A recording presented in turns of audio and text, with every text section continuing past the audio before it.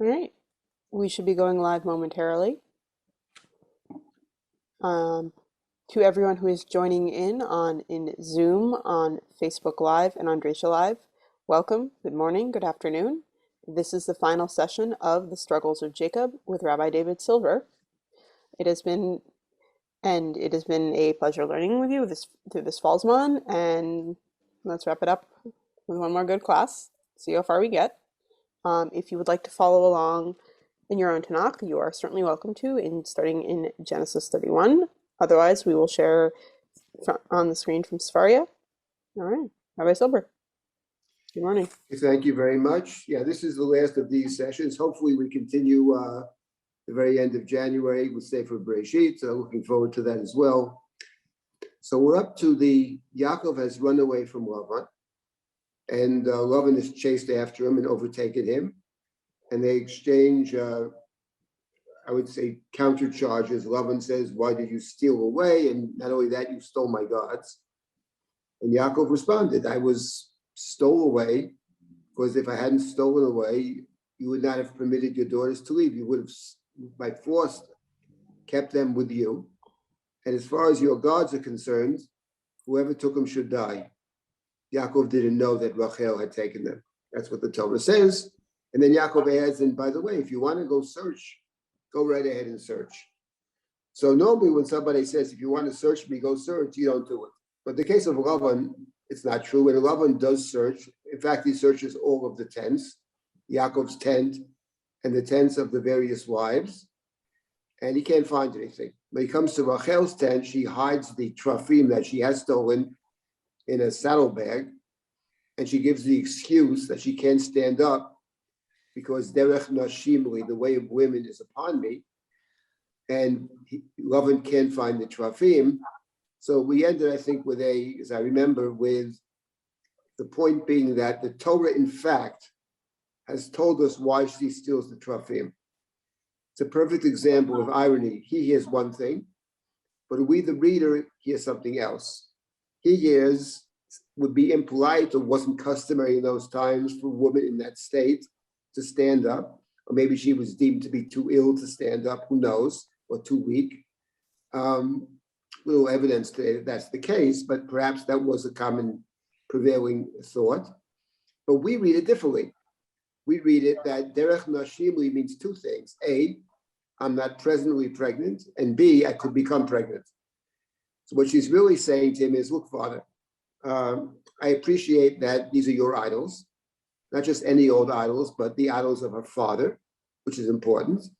Unfortunately, I need them more than you, because since I'm still capable of having a child, and we should add, when Yosef was born, she named him Yosef because she said, Yosef Hashem li bein acher, God should grant me another child.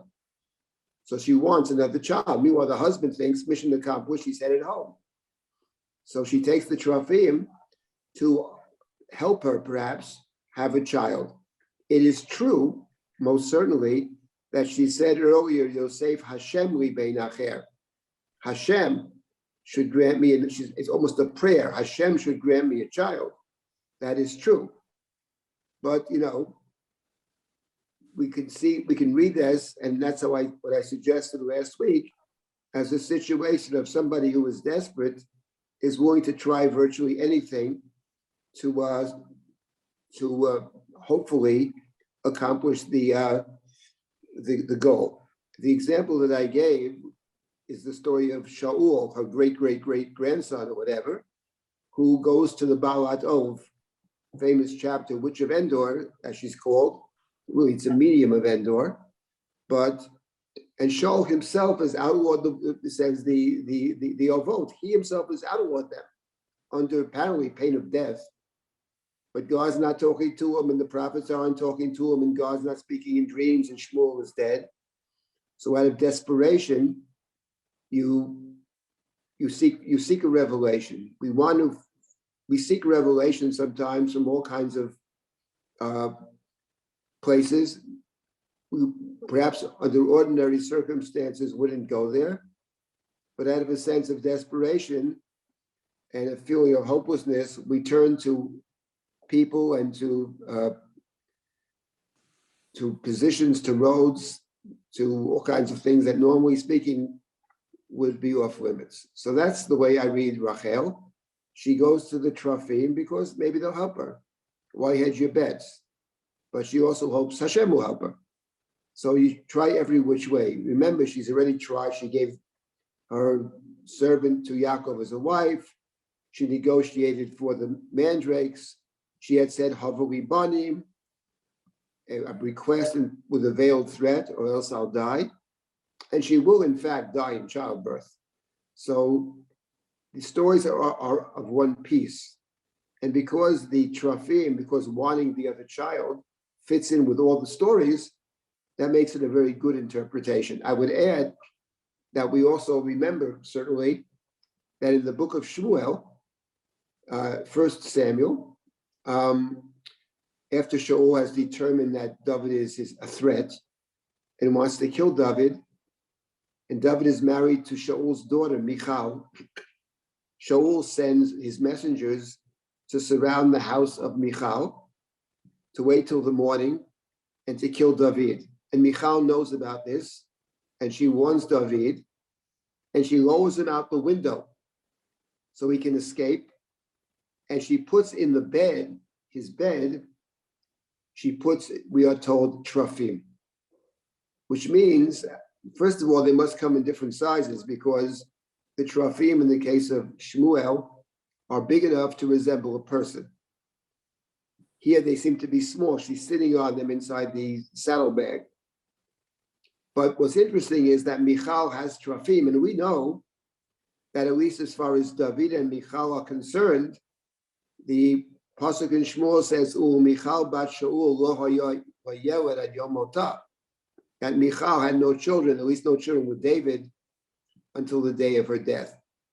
So it would then fit in very well that the Trafim were a kind of fertility god, perhaps, that she perhaps wants a child and is not able to have a child. So she has Trafim, and once again, they are Shaul's daughter.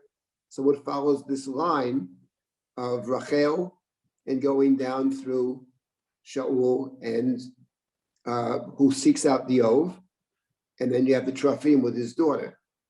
In fact, in Divrei Hayomim, which says very little about Shaul, I would add, but it does say he was dismissed from office because he sought out the Ov, the Baalat Ov, and doesn't go into the whole story. However, that would certainly support the idea that, and there's more support we'll get to later, that she took the Trafim in order to have a child. And the Torah, in fact, lest one not understand this, the Torah basically tells you, by this gratuitous comment of Rachel, sorry, Father, I can't stand up, ki derech nashibli, is the Torah's way of teaching us or telling us to understand that Trafim were stolen out of a desire to have this other child that she had spoken of earlier when she named her son Yosef. That's as far as we got last time. I would like to try to finish the chapter today if we can. So let's start now with 36th Pasuk and see how far we can get. And I'll stop periodically to take comments or questions.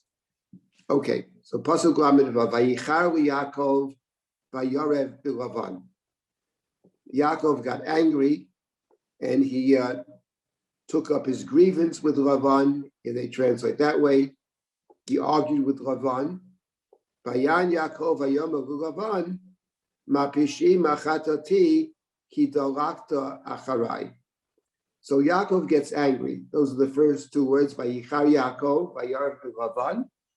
And we recall that the story sort of began in chapter 30, after he's married to now Leah and Rachel.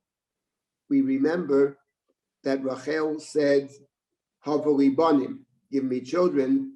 And the Torah then continues, Vayichar Yaakov Berachel.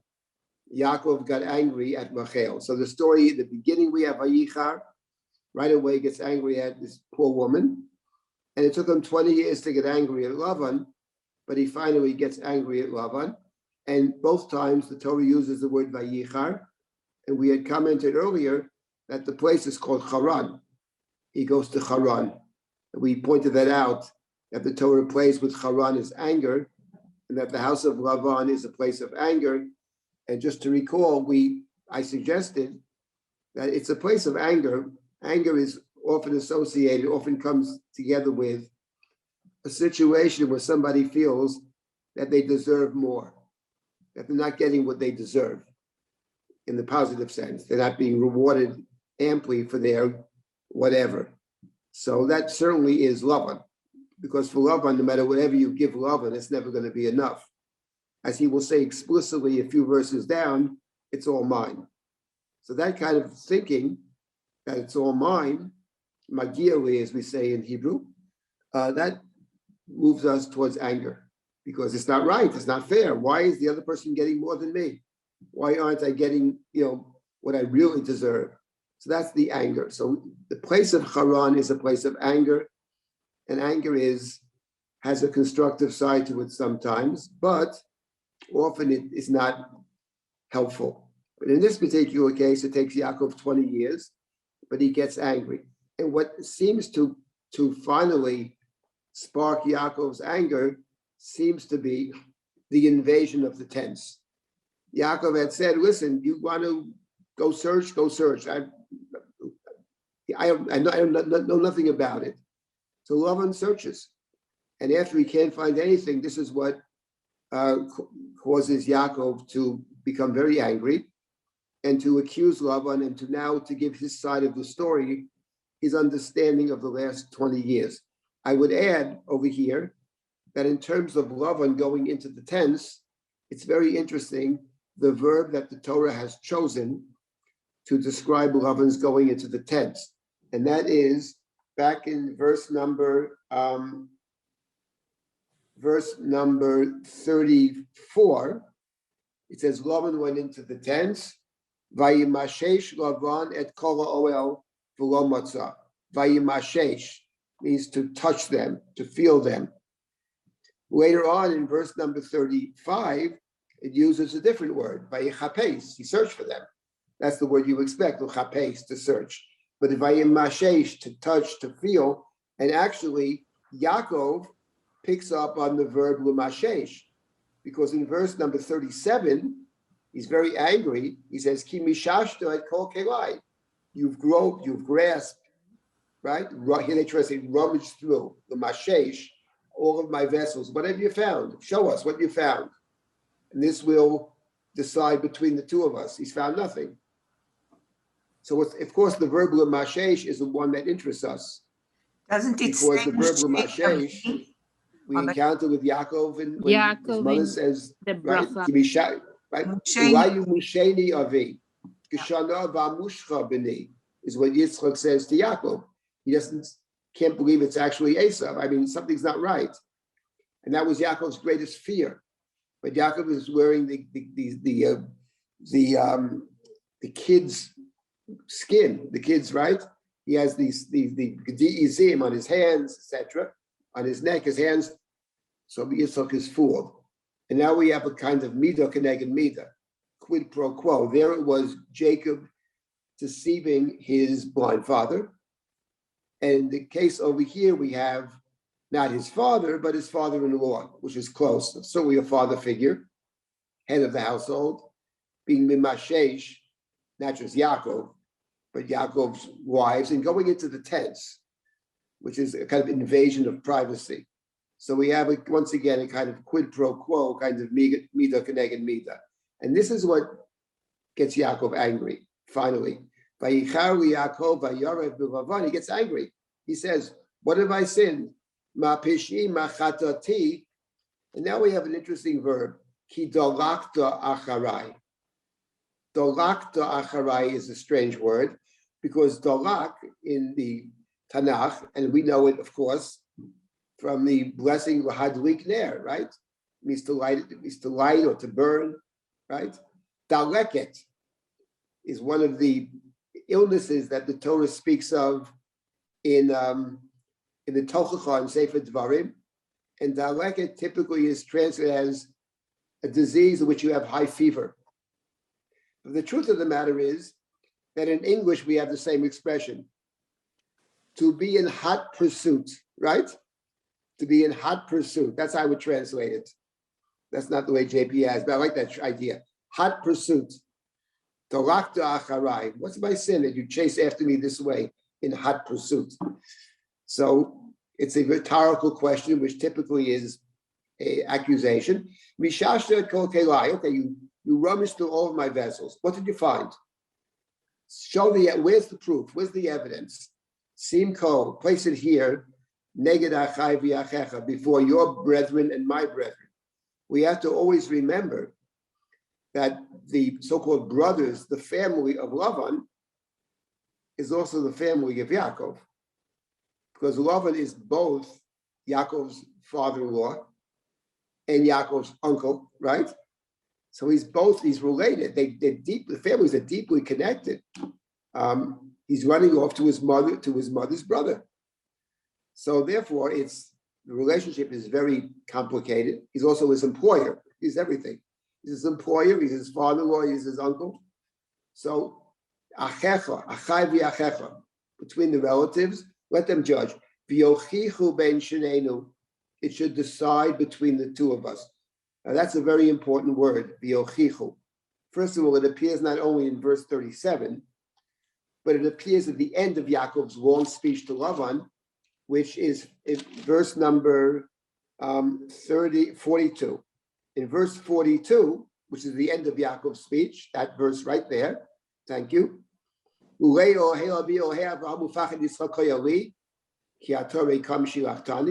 would have sent me away with nothing.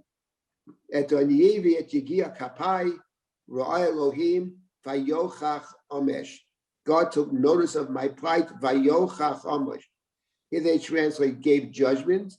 One could also translate gave rebuke. Lochiach.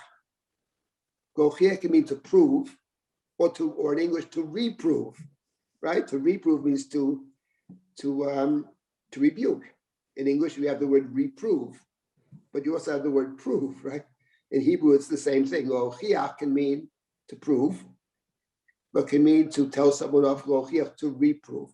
So the speech is framed, one might say, with the verb lahochiach, and that's very important because we had that earlier in the parallel story.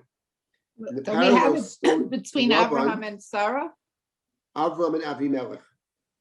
With Avram and with Sarah, you don't have the verb lahochiach with Sarah itself. Oh, you have it. Hashem. You have it. You do have it with Sarah in chapter 20, when Avimelech and Abraham are sort of buddies, and he says to Sarah, I've given you a brother. He calls Avram a brother afterwards, because Avram said, Shmuli is my sister. And the money I'm giving you, I'm giving you, Elef Kesef, will be kol v'no chachad, will be a rebuke to anybody who suggests there was something untoward here. I pay a fine, kol v'no chachad. But in the next chapter, in chapter 21, when Abimelech says to Avram, let's make a treaty, Vochiach Avraham et Avimelech alodot b'yer hamayim.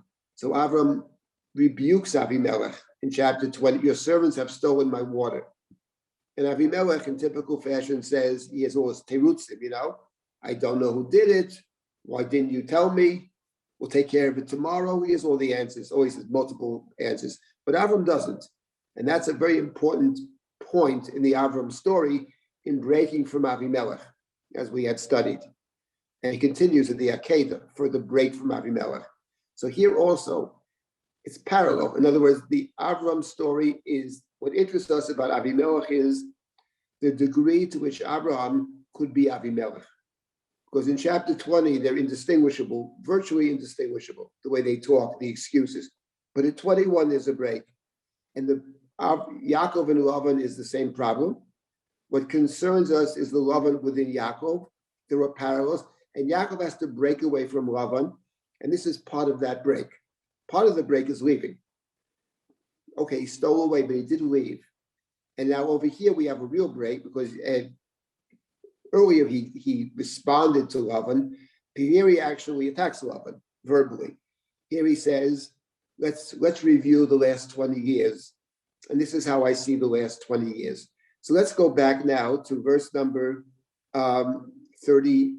38. And now we have Yaakov's speech, beginning in verse 38. And here we come to a very significant idea in terms of a significant phenomenon in terms of Yaakov, which speaks to the Yaakov's, I would say Yaakov's greatness, actually, what Yaakov is able to do. We know that Yaakov is I would say problematic person in the early stages, despite the apologies and the apologetics. You read the Chumash. Okay, I'm not saying he's not a villain, but he also, as we say, doesn't get shlishi. You know what I mean? He's problematic. But what Yaakov is able to do, actually, and this is centrally significant, he's able to reinterpret his past. He's able to look at his past and say, I see it differently now. And that's very important, obviously. And that's what we have actually over here. He does it elsewhere as well. But over here, he's going to review the last 20 years. Zesrim shana anochi imach. Now, he says, let me tell you what happened the last 20 years. These past 20 years that I've been with you, remember, Yaakov is a shepherd. And he said it explicitly, right? He says, oh, I worked for you for 7 years. The word avodah appears in the Yaakov Lavan's story 14 times. 7 times before the birth of Yosef, 7 times after the birth of Yosef. So he said, Evadcha. He does avodah. But he also is a shomer. As he said earlier to Lavan, when Lavan made this offer, he said, stay with me, you're a good luck job. He said, okay, I'm going to stay with you. I'll get the speckled spotted, the patched ones, etc. Ashuva eret soncha eshmar. He is a shomer. It's very interesting that Yaakov is both a shomer and he's an oved. We remember that in the story of the Garden of Eden, in chapters 2 and 3, it says that God took the human being, the earthling, and placed the earthling there, le'avda u'l'shamra, to work and to guard.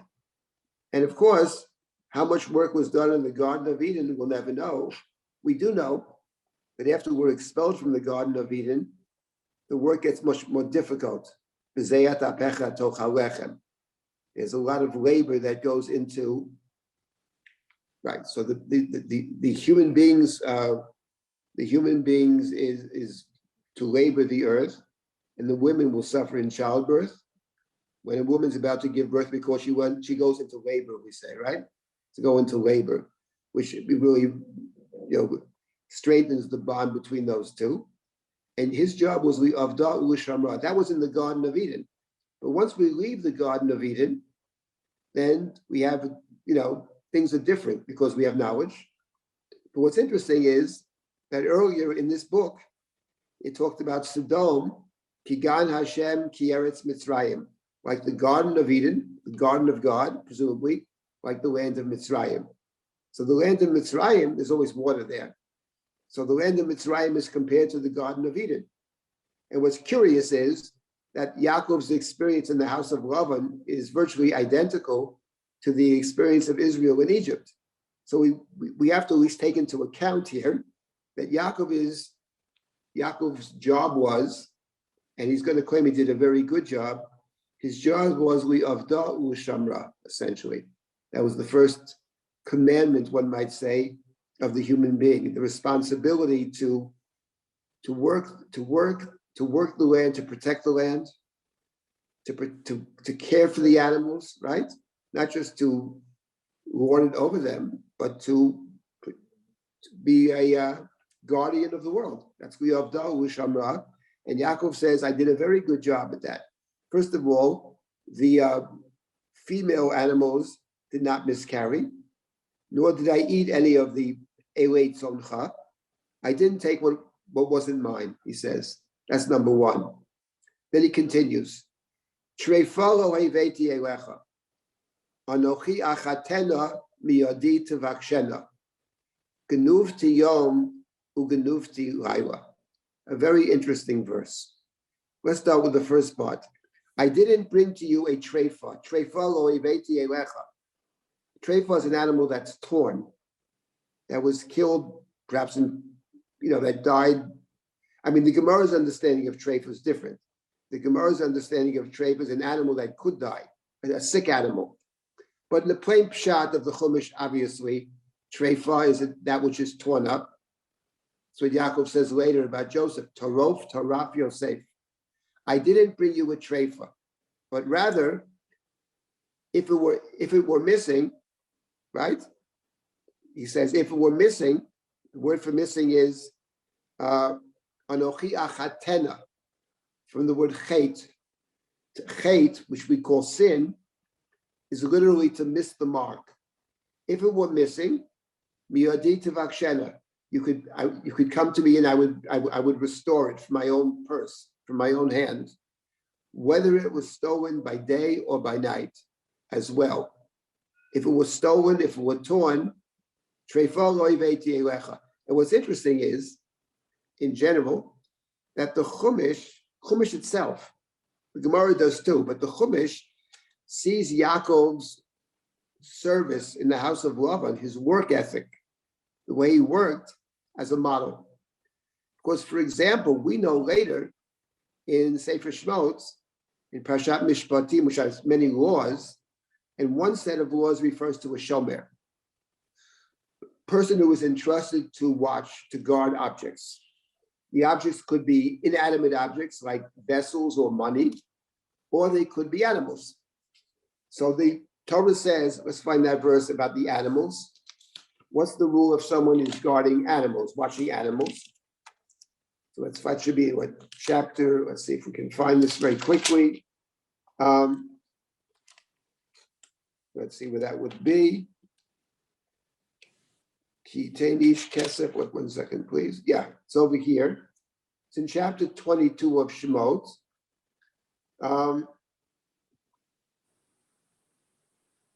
So it says, if someone gives I'll read it to you. Verse number 9. Kitenish Areyu. Oh, we have it over there. Kesef Chamaro Sharosel B'chol Behemo Lishmar. If someone gave his friend an animal to watch, Umeit or Nishbar or Nishbar Eiroeh, and the animal died or was captured. Nobody, but there's no proof, no witnesses. Then he takes an oath. He takes an oath that he didn't take it for himself, and he doesn't have to pay. If it's stolen, however, in Ganov Yigonev Me'imo, Yishalem Libolav. If it's stolen, he does have to pay. Im Torov Yitaref. However, if it were torn, Yivi'eu Eid, then he shall bring it as evidence. He brings it back to the owners. Here's your animal. See, its throat is slashed or something. Hatreifa lo yishalem. So he literally brings the treifa back to the owner, and then you can see it was a treifa, attacked by another animal, and you don't pay. And that, I think, plays off what Yaakov says. Treifa lo iveti elecha, he says.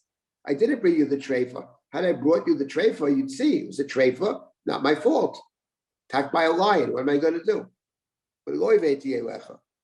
I never did that. If it were missing, I paid. Anochi achatena miyadi tvaksha. And not just that. When it comes to, if it was stolen, I never made an excuse. If it's stolen in the daytime is one thing. If it's stolen 3 o'clock in the morning, is it my fault? No, it doesn't matter.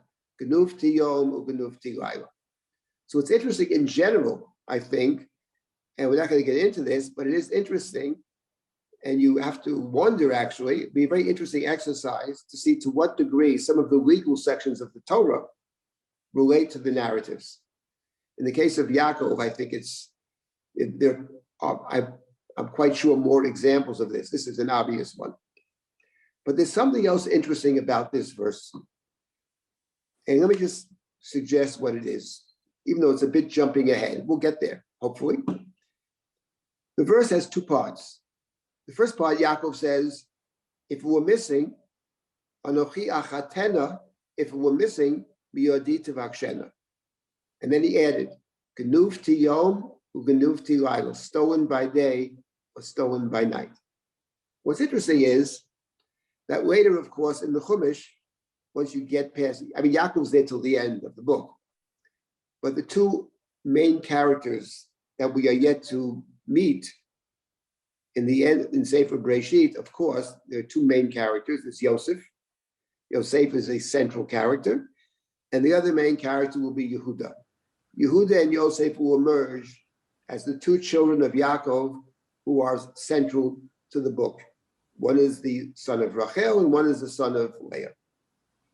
When it comes to Yehuda, actually, one of the great turning points in the book of Breshit, without question, is that moment later on when the brothers return from Egypt to their father, and Shimon has been taken hostage by Yosef, and Yosef demands to see the remaining brother, Binyamin, who's protected by Yaakov, Rachel's remaining son.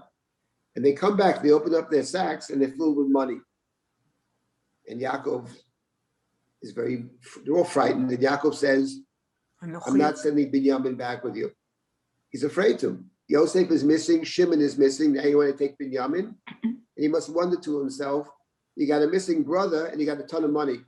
What is that about? They have all the food and they have all their money, missing Shimon.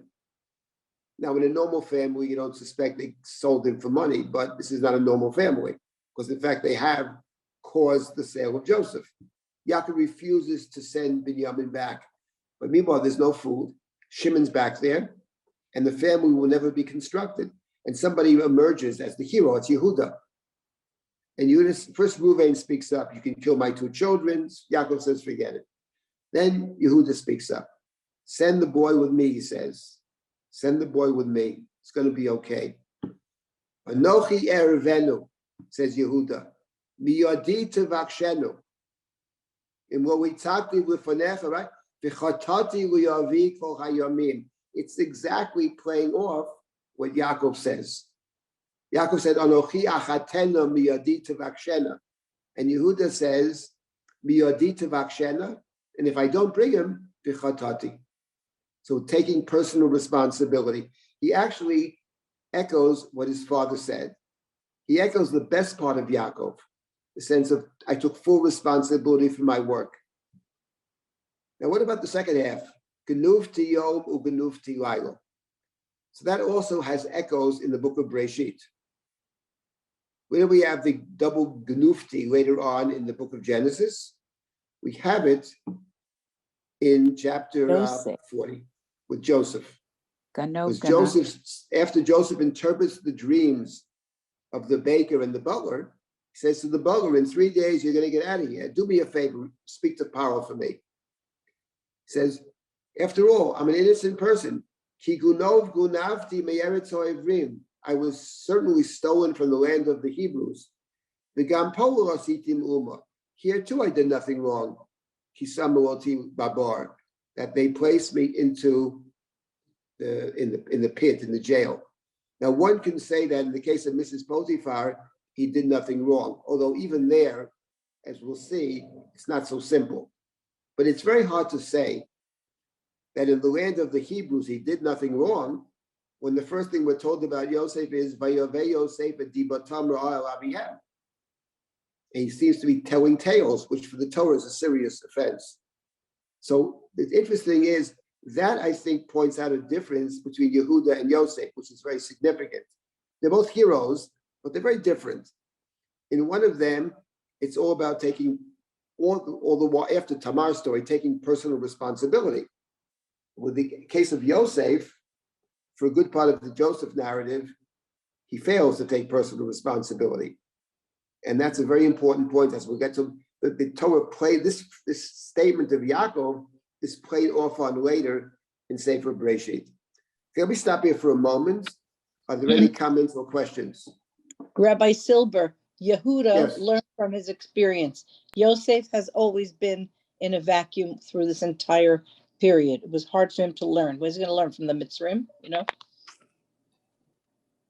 Right. Yehuda learned experience, you know. Well, first of all, you can learn from everybody. Let's start with that. Yeah, okay. You can learn from a negative experience. In fact, I think Yosef does learn from Egypt. He learns late in his life that Paro and Mitzrayim is not his place. That in fact, Paro was using him all along. Paro uses Joseph to make Paro wealthy, also to make the people content. But there are many ways to learn. And I think most of the time, yes, sometimes someone gives us a path, which is, we're very grateful for that. And sometimes we learn from life and from the mistakes that we made, which had very bad consequences. And sometimes, not always, we learn from that. So there are many ways to learn. But I think it's consistent, and maybe till the very end. At the end, Joseph may change. But throughout his life, I don't think we see Joseph ever taking responsibility. I mean, at the end, he takes responsibility for the brothers, finally at the end, and Yosef. But throughout, we'll get to Joseph. He's very complicated. It's a fascinating character, obviously, and the culminating stories of Sefer Bereshit. But we'll hopefully get there. Anybody else for comment or question? Yes, in the chat from Micah Bloomfeld, please correct me if my Hebrew pronunciation is wrong. I wonder if Imash is connected to Yimshesh. Yes, it is. Yimashesh and Moshash is the same word. No, Emesh, Emesh. Emesh. He's asking about Emesh. No, Oh, this, Emesh. Emesh could be, that's not bad, actually. Emesh could be, it's not connected etymologically to it, but it might be a play. That's true. Vayochach Emesh. That's a good point. I would say yes. I would say it's that, yes. The connections are not always in terms of the roots. Sometimes the context, the sound, can also be a connection. That's a good point. Vayochach Emesh. Yes, thank you for Like Treifa and Terafim. yeah, like Treifa and Terafim. I was thinking Different that. words sound alike. Yes. Right. Okay, Rabbi Okay. Silber, Yes. Silber, we had a discussion similar, and this is, we came to the conclusion that this is the first instance where a brother became his brother's keeper, whereas previous brother relationships, there was denial or there was strife between them. And in the beginning with Joseph, there obviously was strife with his brothers, but now Judah is stepping up and saying, I am my brother's keeper. I will put myself in their place. That's true. And not just, it's actually his half brother, which is even more the case, and even when there's reason not to. So of course, that the Yehuda taking responsibility, being the Arab, is a central moment. By the way, just to make a small point related to this, that the one who understood that moment when Yehuda speaks to his father, Anochi Erevenu, is one of the great moments in the larger Joseph narrative, was the author of Megillat Esther. Because the great turning point actually in the Megillah, I mean, I love the Megillah, but the great turning point in the Megillah has got to be the chapter where Mordechai is trying to convince Esther to save the Jews. And it's not simple because she initially doesn't want to do that, and it plays off, the Megillah plays off, I can't get into the language now, it's in my book, but the Megillah plays off certain pieces of the Joseph story. And that's one of them it plays off. And that, I think, is the great moment, actually, where you get a sense when Yehuda says, remember when Yehuda says to Yaakov, I'll take responsibility, and Yaakov is moved by that. Yaakov is not convinced that Yehuda will be successful. Not at all. He says it straight up. Kasher shakalti, shakalti, he says. If I'm bereft, I'm bereft. And God should give you mercies. He says, God, yitain rachamim lifnei ha'ish. He gives it to Judah not because he knows that Judah will succeed. Quite the opposite. He's very fearful Judah won't succeed. He sends a gift with him. He prays to God. And he says at the end, Kasher shakalti, shakalti. And the Megillah picks up on that. Because after Esther agrees to go to the king, what does Esther say? I will go to the king. I will break the law. Vani kasher avadati avadati, she says. If I perish, I perish. It's even more kasher avadati. It's almost like when I perish, I will perish. She doesn't think that she will succeed. Now she does succeed because of her, she's very brilliant. She has a brilliant insight into him. But I mean, the two stories are linked together in so many ways. And the fact that the Megillah picks that story up one of several of the Joseph narrative, just underscores for us, I think, how that's a great turning point in the story. Well, I mean, we'll get there. But actually, it's picking up on the language of Yaakov right here in chapter 31. It's interesting, by the way, I remember my first Rebbe, actually. I mean, my first Rebbe is from my parents, actually, from which I learned a lot.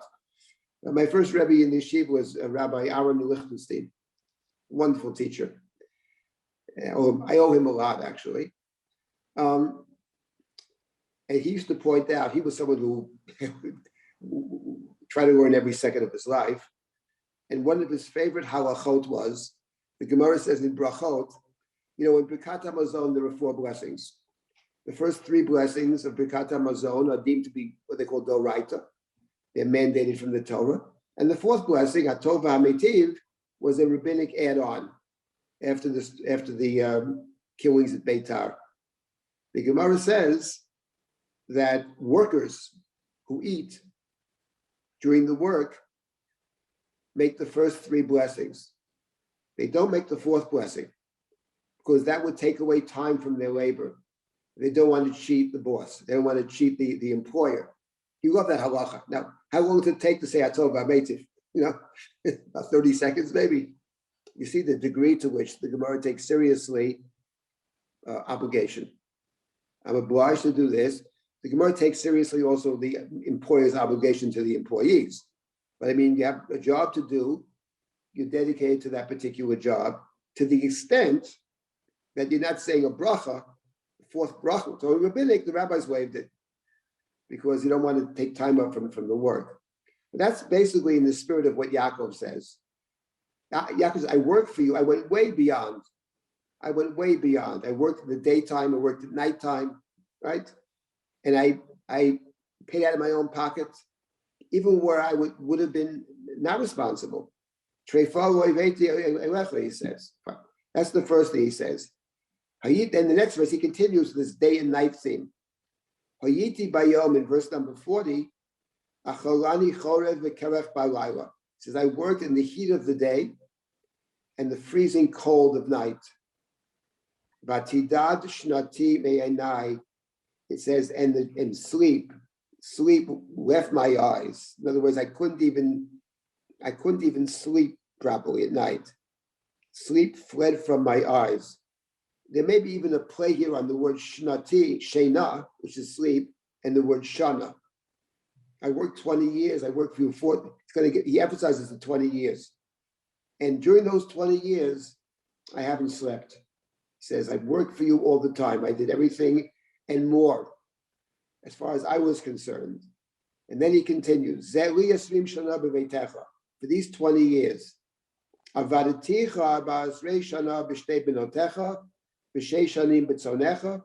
worked 20 years, 14 years for your 2 daughters, 6 years for the sheep, and you changed my wages 10 times. And here, actually, he had said this earlier to his wives. I had a dream, etc., and your father cheated me, etc. And here he says it to Lavan, which means it's probably true. Whether 10 is a precise number or not, the point is, I've gone way beyond. I pay out of my own pocket where I'm not responsible, and you're constantly changing my wages. And avadaticha, I worked for you 14 years, and that's the 14th time the word avodah is found in the Yaakov Lavan story. And avodah can mean work, but it can also mean eved, is a slave. And yet what Yaakov is saying here is, I think, I wasn't actually, from your perspective, I wasn't just a worker. I was a slave. Because one of the things that a worker gets is fair pay. Should get fair pay. You can't just change the wages all the time. But you changed my wages many times. And of course, he recalls the 14 years he worked for the 2 wives. He was only supposed to work 7 years for 1 wife. So I've done double. In other words, the theme of double is there, right? In other words, genufti yom, genufti laila, hayiti bayom, v'kerach balayla, day and night. You work, there's a day shift, there's a night shift, but you don't work both shifts. So that's what Yaakov is saying over here. So I've done more than expected, and you have cheated me. And then he continues. Uleo, hey Avi, or hey Abraham, Ufachet Yitzchak Hayoli, if not for the God of Abraham, the fear of Isaac. He calls God the fear of Isaac. Ki atare kam shilachtat. You would have sent me away with nothing. Lavan said earlier, why did you run away? You would have hired a band, sent you away with great joy. You would have sent me away with empty-handed, with nothing. Et on yivi et yigir kapai, ra Elohim vayochach hamash. God saw on ye my suffering and my hard work and rebuked you last night. And here, as I pointed out many times, this is a very significant verse, the verse number 42, because it contains the word on ye. Earlier, Yaakov spoke about avadaticha. And we remember, of course, that the covenantal terms back in chapter 15 were gerut, when Avram said, through what shall I inherit the land? Ge yezaracha vavadum v'inuotam. So here we have Abdut and Inui. We have Abdut 14 times, but we got it in verse number 41. And in verse 42, we have Inui. Yaakov says, my understanding now of the last 20 years is slavery and abuse. Now, it certainly wasn't the case earlier. We have no intimation that Yaakov thought so earlier. But looking back, what's missing over here, of course, is the word ger. The word ger is missing because in the covenant of Brit Ben Abitarim, it's ger, then Abdut, and then Inui. We have Abdut and Inui in the correct order. We don't have ger at all. And this is a very important point. I'll just state the point now, and then in the chapter we'll see how this plays out. It's later, The Sarah. fact of the matter is we don't have ger in chapter 31, but we do have ger in chapter 32. Because after Yaakov leaves the house of Lavan, and he sends his messengers to greet Esav and to send gifts to Esav, at least to greet Esav initially. And he says, tell Esav, im Lavan garti, va'echar ad. I was a ger in the house of Lavan, towards the beginning of chapter 32. So it's interesting that we have ger, Eved, and Inui. Yaakov says this. Yaakov defines his own experience as gerut, Abdut, and Inui, which means as a covenantal experience. It's not just punishment. It's a covenantal opportunity. But of course, we ask the question, why did the Torah shift the order? Because in the promise to Abraham, ger, Eved, Inui. Over here, it's Eved, Inui, and then ger. Why the difference? So in the past, many times suggested because from one perspective, ger should be first. Because being a stranger, being a marginalized person, is what makes it much more easy to inflict upon the other person slavery or abuse. It's a lot easier to attack people that you marginalize first.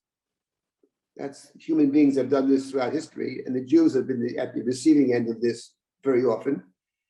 You're no good, you're this, that, you're a God slayer, you're whatever it is, dishonest, and that's the excuse. And then they can enslave, they can torture, they can kill, or whatever. That's true. And that's the order that we have in chapter 15. But from a psychological standpoint, how I feel, ger is different because Abdus and Inui are pretty much objective realities. Someone enslaves me, I'm a slave. Someone beats me, I'm beaten. But ger is different because ger is not objectively real. Ger is how I feel. You know, you can be in a room with a lot of people and you feel very, very different, very isolated sometimes. Sometimes it's not that way. Sometimes you feel very much a part of something. And so the ger, the sense that this is not my place, one often feels that after one leaves.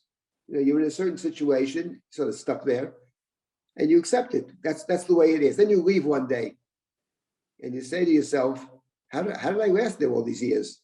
How did I put up with it, you know? And that's true in the case. Yaakov says ger after he leaves. It's a process. He already is in the process of leaving. He's already rebuking Lavan, and this process will continue. But the full realization, that was never my place, that happens after you leave. There's a parallel to that in the beginning of Sefer Shemot. I'm not going to get into that now. But that's from a psychological standpoint, makes perfect sense. But on the other hand, from the from Breshit, and actually in Arami Oveda, there is Ger, Inui, and Avdut, different order. But Ger is what makes possible the other things. Once you're an outsider, it's a lot easier to, once you're demonized or whatever, it's easy to discriminate against, to attack, etc. So here we have the Avdut and the Inui. It's Yaakov's own perception. This was not, we haven't gotten to Ger yet, but he's on the right track. Okay. Now, let me just stop for a moment and take any comments or questions, then we'll continue. Yes. I'm assuming that we're witnessing here another shlav, another development in Yaakov's needed development of character, in which while he is getting angry, which is a switch for him, he's getting overtly angry, but he still doesn't get it. The reader can't miss what Sarah brought up about Yamashesh, that it's Mida Keneged Mida. But Yaakov doesn't seem to yet get that that's happening to him because of what he did. So he's outraged. If he understood the karmic context, he wouldn't be outraged. Or maybe he still would, because it's not. I would say he's on the right track. Yeah. I don't think he's fully. Look, the process will culminate in his becoming transformed, which is becoming Israel, which is the wrestling with the person, divine messenger, etc. Okay, but then what I want to see after that is I want to see him have the guts to not only confront Esav head on, which he does, but to not then fake Esav out and deceive him that he's gonna actually meet up with him. Okay, so we'll get to that. Okay, all right. Question. Right, so we'll see that. We'll see chapter 33. I'm going to meet you later. We'll discuss that. And I think Yaakov is someone who, throughout his life, I think, it's not just actually, I wouldn't say that wrestling with the Ish is the end of Yaakov's development. I think Yaakov develops up to the very end. I think the greatness of Yaakov actually is in Parashat Vayechi, where he actually builds the family. And he understands, Yaakov is the key figure in the book, and the book is, and he's also Israel. So we will see. But your point is well taken. It's a process, and we're in the process. But seeing the last 20 years as suffering and slavery certainly is not what we understood Yaakov to be thinking earlier, Yaakov earlier doesn't seem to be terribly upset. He's angry that Lavan tricked him, that's for sure. But he's doing very nicely there until he sees the faces of Lavan's children and Lavan's own face. He hears them talking. So he's moving in a certain direction. Let's put it that way. We'll have to wait because it's all process over here. Now, this is what Yaakov says. Now we have Lavan's response, which is pretty much what we anticipate from Lavan. Sorry. Someone else? Go ahead. Yes, one more question. Laszlo Marcus. Yes. Laszlo, you should be able to speak. I'm not hearing Laszlo. Unmute. Okay. Unmute. Now I hear you. Go ahead. Okay. In terms of Yaakov's development, at the end of his life, when he speaks to Paroi, he is very direct and he says the very things that an Egyptian wouldn't want to hear, that his life is short, that it's suffering, and he throws a kind of a challenge to Paroi so that he does become a straight man. Right. Yaakov does have a very difficult life. Of that, there can be no question. He says it straight out himself. And we'll get there hopefully someday, but he sees the suffering as, you know what it is? I think Yaakov, I don't want to jump the gun. Yes, he says it explicitly. My years are short and bad. That's what he says. But I think that, I think what is difficult to accept is when one feels that life has no meaning. I think that that's not Yaakov. Yaakov knows he suffered, but Yaakov actually builds the family. And we have to remember that the covenant is that kind of a covenant. The 3 generations of Gerut, Avdut, and Inui, the 4th generation shall return to the land. The 3rd generation does not return to the land. So Yaakov actually is willing to pay a very dear price to set up this covenant, or to allow others to enter into the covenant, to build Rabbi the Silber, foundation. my Yes. point was slightly different in that everything he says there is a direct challenge to Egyptian values. The idea of a short life, of a life that is a struggle. You know, in Egypt, the values are that you maintain everything at an even keel, and that everything lasts forever, or at least you try to. And he even mentions his death, which is, again, one of the things that Egypt struggles against, the recognition of death, the end of life, so that he became a straight man.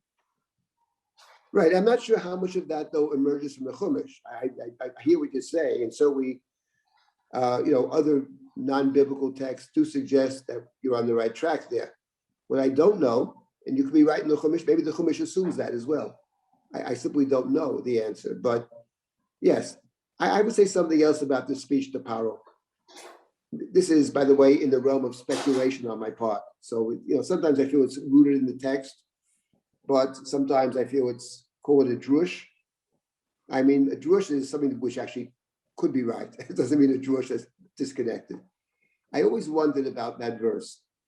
Since you mentioned it, wasn't my intention to speak, but since you mentioned it, it says that Joseph brought Jacob to Pharaoh. Joseph brought Jacob to Pharaoh, and he stood him up before Paro. And Paro says, "How old are you?" He says, "Not as old as you think." He says, I look older than I am. My years were few and bad, and they didn't reach the years of my parents and grandparents. I always wondered about that speech to Paro. Who's he actually talking to? Is he talking to Paro? Or talking to his boy staying next to him? All these years, Joseph was 17 years with Jacob in the beginning of his life, and 17 years at the end of his life. And for many years, he's not there. And his father says, "I will mourn and cry till I go down to the grave." And Joseph said, named his son Menashe. He wants to forget his past. He asked him, how's the old man doing, he asked. But I wonder about to what degree he's just talking to Paro. And to what degree sometimes you talk to one person, but you're really talking to somebody else. You're really talking to somebody else. I just finished the book. I wrote a book called Malchut Adam. It's the conceptions of kingship that emerged from the book of Shmuel. It's written in Hebrew by my colleague and friend, Ben Sion Ovadia. It's a beautiful Hebrew. I wrote the book for the world, I wrote the book for you. And then there's some people I wrote them for, specifically not my students, but I wrote it for certain people. One of them sent me a note. I was thinking, I wrote it for this guy, He's a very big scholar. He loved the book. And I had him in mind, actually. And the same thing is often true with us. We're talking to a group of people. We have one person in mind, And I always wondered about that. Is he talking to Paro? Or he's really talking to Yosef? I've had a miserable life, my son. Understand all these years. And part of it's my own fault, maybe. But you and the brothers and the sale, as Rebecca said, if Esau kills Jacob, why should I lose them both? And for all of these years, I have my children who maybe he suspected, maybe not, caused me to mourn without stop. And you've never contacted me, and then no attempt, and you want to forget me. And all the struggles and the troubles between the two children of Leah and the children of Rachel. I've had a very difficult and very bad life. I always wondered if he's talking to Paro. That's an excuse. What does Paro care? Anyway, just an aside. Okay, let's now continue with, again, so as far as Laszlo's point is interesting, I just wonder whether it emerges from the Chumash. Do you see that about Mitzrayim in the Torah or not? Maybe you do. Have to look more carefully and read it again. We're coming to Sefer Shemot. It's a good opportunity. I have one question. Yes. Yeah. Aside from Yaakov's personal transformation. Is the fact that he, in 31 and 32, it's Avdut, Inui, and Gerut, is that preparing him to be covenantal ready for the transformation to Israel? I would say yes to that comment. I think yes. Mhm. And but we'll see. The truth is that we will, beginning hopefully when we resume this particular set of sessions, Mhm. I mean, one thing I say for Bereshit is it's sort of great all the way through. It's just really is. I met today with a dear friend of mine, and after Parshat Vayechi, he cries every year. Doesn't want to leave Genesis. I understand that. Well, we'll get to these points about Jacob's. Mhm. Jacob's transformation is one of the key themes in the book, clearly from till the end of the book. It's Mhm. okay. Let's just see if we can a few more verses. Vayan Lavan, so the expected. Vayomro Yaakov, Habonot benotai, Habonim bonai, Hatzon soni, Kol asher Torah Elihu. It's all mine, he says. The daughters are mine, the grandchildren are mine, the cattle is mine. It's all mine. Everything is mine. But v'liv no time ma'aseh Ela hayom. It's all mine, but I am concerned about my daughters and their children. The event is a very deep concern. The daughters didn't see it that way. Daughters said earlier to Yaakov, earlier in the chapter, he treats us as totally strangers, nachriot, right? He sold us, he buys and sells us. Okay, but Laban says to Yaakov, I am concerned about them.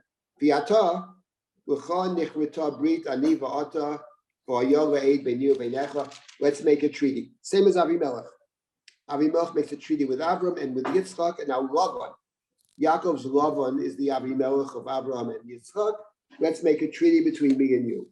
And now they're going to make a treaty. Let's see what the treaty, and the treaty is very interesting. It says a lot about Yaakov. Vayikach Yaakov Evan, Vayirimeha Matzeh. Yaakov took a stone and he set it up as a pillar. And that's an interesting verse because we remember when our story began, back in chapter 28, when Yaakov leaves home, Yaakov goes to sleep on a bunch of rocks, right? Or on a rock. And when he wakes up, he takes a rock and he makes it a pillar. And he promises to come back home and to build a house. So Yaakov's promise is to build God's house, whatever that means, the house. So we have the one rock, but if you bring me back in safety, says Yaakov, Evan Hazot, this rock will be Beitel, will be a house. A house requires many rocks. And here Yaakov takes one rock. But Vayoma Yaakov Liachov with two avonim, gather stones, Vayichu avonim Vayasu gal, Vayachu sham avagal. They take a whole bunch of stones and they make a pile of stones, a heap of stones, and they eat there on top of the heap of stones. And eating, of course, is one of the signs of covenant. It's eating together. It's not just a biological act, but a social one, of course. And now this pile of stones, Lavan Yagar Sahaduta. Lavan called Yagar Sahaduta, which is Yagar is a pile. The Resh and the Lamed are often interchangeable. It's Aramaic. Sahaduta, Sadi are witnesses in the Gemara. Anan Sadi, witnesses. Yaakov Karlo Gal Eid, and Yaakov called the pile Gal Eid. In other words, what's the point of the verse? They're not talking the same language. They do agree to make a treaty, but they speak, says Yaakov, I don't talk your language. It's part of Yaakov breaking away from Lavan. Lavan's the Aramean, speaks Aramaic, Yigar Sa'aduta, right? Yigar of the Sa'di, the witnesses. Yaakov calls it Gal Eid. But you have here this theme of building. The one rock becoming many. In other words, one way to understand what's gone on over here is Jacob has promised to build God's house back in the land of Canaan. But what Jacob has done in the house of Laban is he's built his physical house. He has 4 wives. He has 12 children. If you count Dinah, they're 12. Now there's going to be one more on the way, Binyamin. But he has basically his house of 12, and he has his 4 wives. So he has built his house. One could say that the pile of rocks over here, apart from the treaty with Lavan, signifies that Jacob in the house of Lavan, that part of his life is coming to an end. But he does call the pile of rocks Galed. And by the way, we should remember, looking back on the story of Yaakov in the house of Lavan, we should remember that that Yaakov, when he meets Rachel, also takes a rock. He takes one. He pushes the rock off the well. So you have over there also the beginning of the building. He meets Rachel, and that starts this process of marriages to Lavan's daughters. So we have the theme of the rock and the building. And the story over here, this comes to a culmination because they're building the pile of stones over here. This is the building of the physical family. The building of the spiritual house will take place in the land of Canaan. Now Lavan speaks, of course, same as Avimelech. They always do all the talking.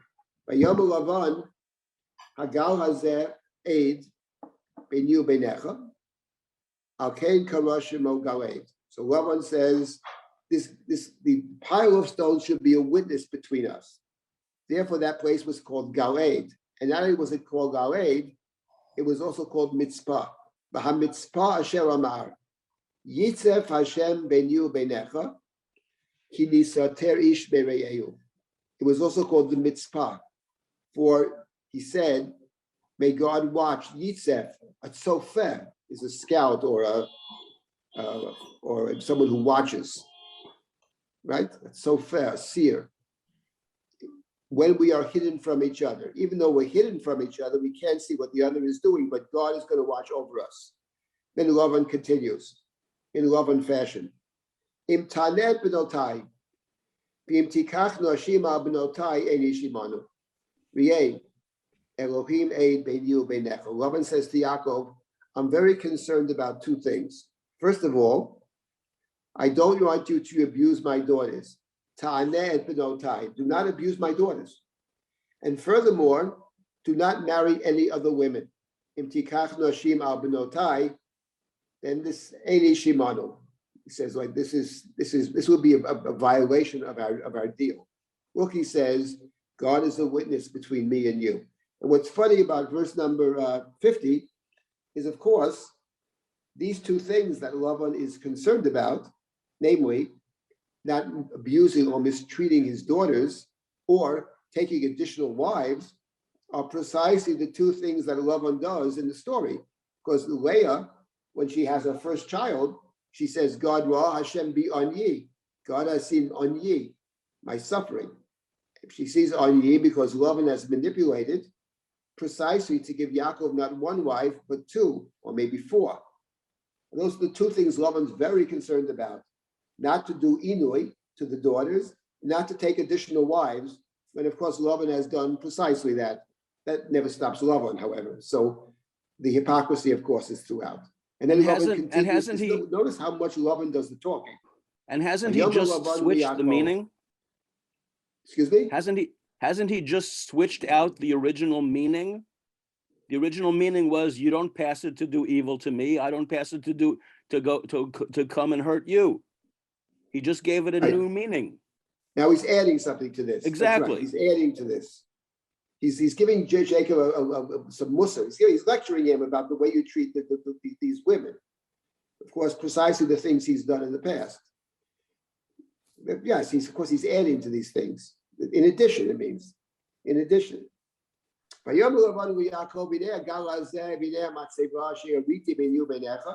Says, behold, he says, this mound and the pillar, which I have set up between you and me. Actually, Jacob set up the pillar. But this which has been set up between me and you, then he continues. These again, once again, are witnesses. This is important.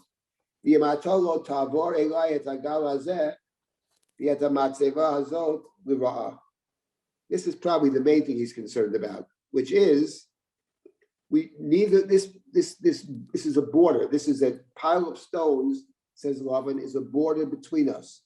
Neither is allowed to cross the border to the other side to make trouble. That's what he's really concerned about. Jacob has left with a lot of his flock, with his daughters. Jacob is a force to be reckoned with. Maybe not today so much, but in the future. And Lavan is concerned about that. Lavan is the Aramean. We know that later in the Tanakh, in the book of Kings, the Arameans are the main enemy. Jews and the Arameans. So that what he's really concerned about is this is a border between us. Neither of us should cross to the other side with hostile intent. And now we're going to make it this treaty between us, called a covenant between us. And Rabban says, and this covenant, God sees all. Elohei Avraham ve'Elohei Nachar yishpetu beinenu. Elohei Avihem. The God of Abraham and the God of Nachar, their ancestral deities, judge between us. Vayishava Yaakov b'fachad aviv Yitzchak. Very interesting verse. What Lavan looks to over here, Lavan looks to a common ancestry. May the God of Abraham and the God of Nachar, their ancestral deities. We have something in common, says Lavan to Yaakov.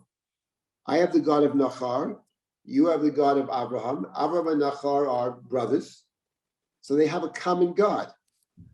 So the God who's watching over us is the common God to both of us, the God that is common to both of us. But Jacob doesn't swear by that God. He doesn't even swear by the God of Abraham. It's interesting.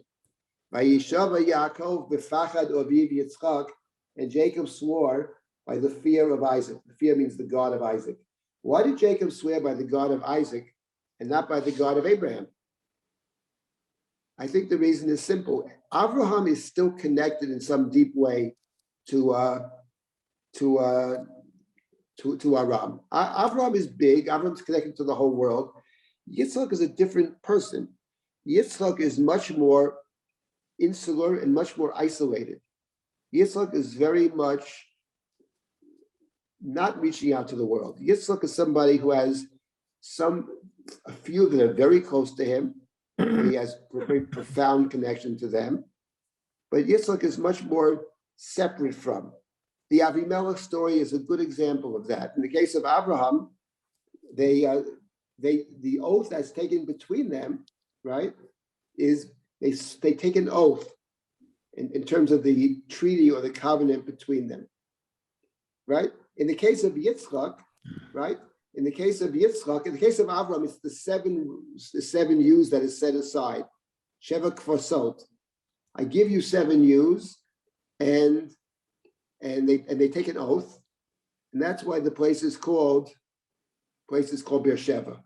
But in the case of Yitzchak in chapter 26, it's different. There, after Avimelech leaves, they say to Yitzchak, "We found water," and he says the place is called Shiva, and therefore the place is called Beersheba until this day. It's not because of the relationship to Avimelech that it's Beersheba. It's what Yitzchak finds after Avimelech leaves. In the case of Avram, that's not so. So what Yaakov is doing over here is saying to Lavan, essentially, I'm breaking away from you. I'm a different person. I'm not connected to you anymore. You have your language. I have my language. You have your God. I have my God. We do have something in common, but I see myself more in line with the God of Yitzchak than the God of Abraham. Vayishava Yaakov b'fachad aviv Yitzchak. So again, it's part of the breaking away of Yaakov from Lavan, of establishing his own identity. It's part of the process. It's not completed there yet.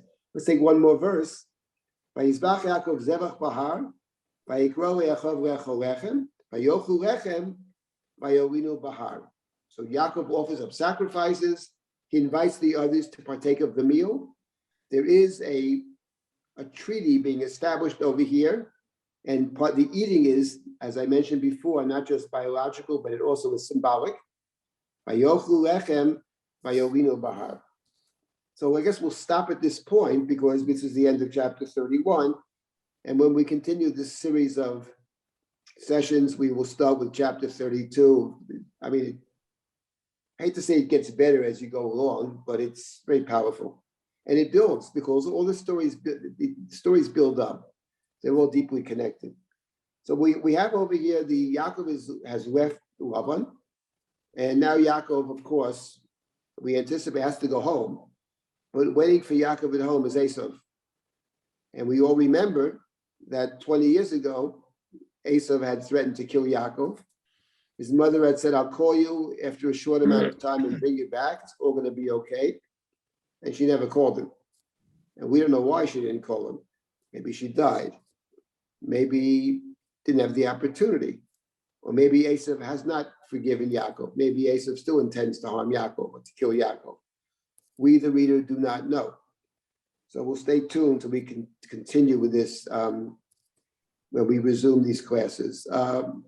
Okay, so we'll stop at this point, I guess. I'm in Israel. I came here to some family reasons and also to see what's going on with Drisha in Israel. And I was in the yeshiva that we started, which is growing, very exciting, and teaching there as well. It's a very special place. I think it could have immense implications for the future, giving women more opportunities, and which is for the benefit of the entire Jewish community. So I'm very excited about that. Anyway, I look forward to resuming, and there'll be other things. Hopefully, this session will continue, and there'll be many other sessions as well. So thank you all for participating, and looking forward to studying with you again, hopefully very soon in the future. Thank you. Thank you. Thank you.